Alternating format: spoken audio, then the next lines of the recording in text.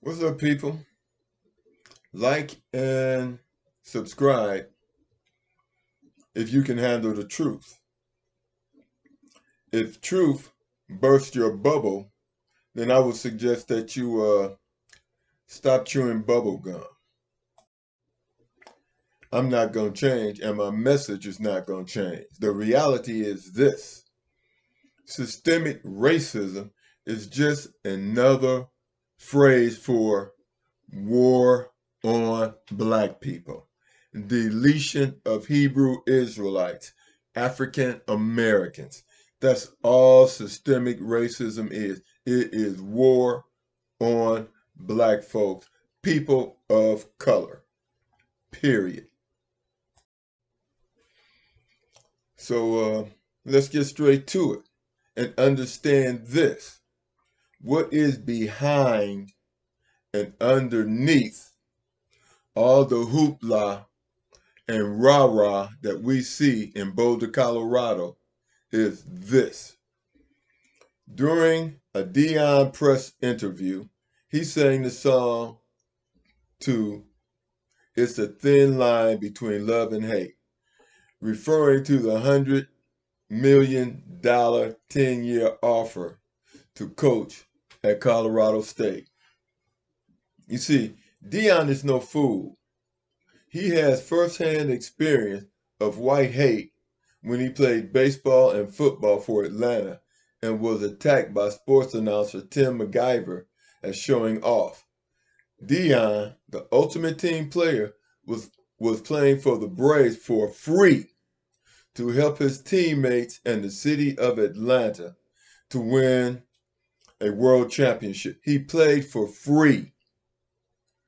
Sports media throughout the United States joined in the parade of putting down Deion, who is being unapologetically black Deion when he dosed MacGyver with the water. He should have received a standing ovation for doing so. But a black man isn't allowed to defend themselves in America. If they do, the systemically racist media put them on trial and becomes judge, jury, and executioner in the court of TV public opinion. Deion got no defense lawyers, and he couldn't defend himself or respond to the allegations unless he owns a TV station. However, Deion's talent and faith in God, on par with Ali, simply overwhelmed them, and they were forced to drop to their knees. Haters had to show up because the world was caught up in his athletic prowess, which was undeniable and must-watch TV. The Cowboy and San Francisco racists who loved their teams for moments cheered like high school girls for Deion's exploits on the field before catching themselves. I say this to say Deion knows what he's up against. However, the song It's a Thin Line Between Love and Hate isn't appropriate when they've never loved you.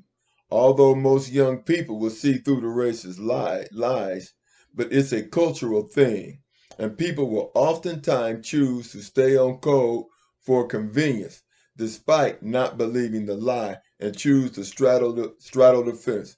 Most white people do this.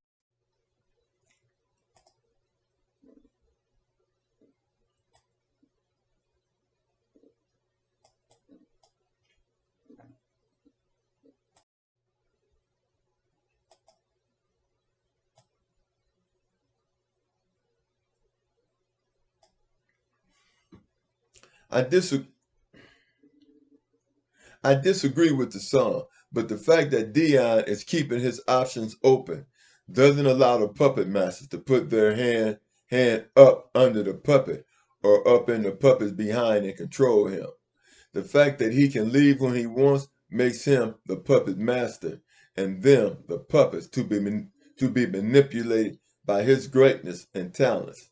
Let's face the fact, Deion is doing Deion's thing and can leave whenever he wants.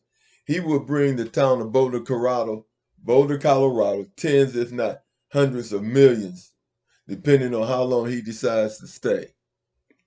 In fact, black people around the world can now come to Boulder, Colorado and ski and be tolerated. They won't be loved, they will be tolerated in Boulder, Colorado because of Deion Sanders. Don't get it twisted. When he leaves, it will go back to whatever it was before he came. You see, for now, racism is going to disappear and black people will be tolerated in Boulder, Colorado, and probably some other cities in Boulder, Colorado. And Deion is the golden goose that gets the golden transfers.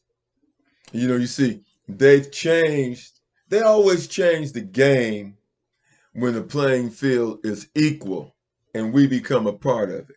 They changed the game when Wilt Chamberlain started playing basketball. They changed it with when Kareem, who was Lou Alcindor, played basketball. They changed the rules in for Simone Biles, and there was a young black woman. I can't think of her name. She's French, and she did the backflip on ice, and they changed the rules because of her because they said it was too dangerous to do. What Biles was doing was too dangerous to do. But guess what? In sports, you're supposed to stretch the limits of what human beings can do. And when they change the rules because black people can do this or that, it is an admission of black superiority. Now you'll have to go to other videos of mine to understand what I'm saying when I say black superiority. Black superiority. But the questions that haunt me are, how many strange fruits have hung from the trees in Boulder, Colorado? And how many of those fruits were witnessed by Colorado's oldest fan, the elderly white woman? With that, let me say this. Now, a lot of black people, they're into the hoopla, what's going on in Boulder, Colorado. But understand this. Racism in the United States must be addressed. It must be called out and addressed before the situation can be solved or annihilated. It must be understood. We must understand the game to play the game.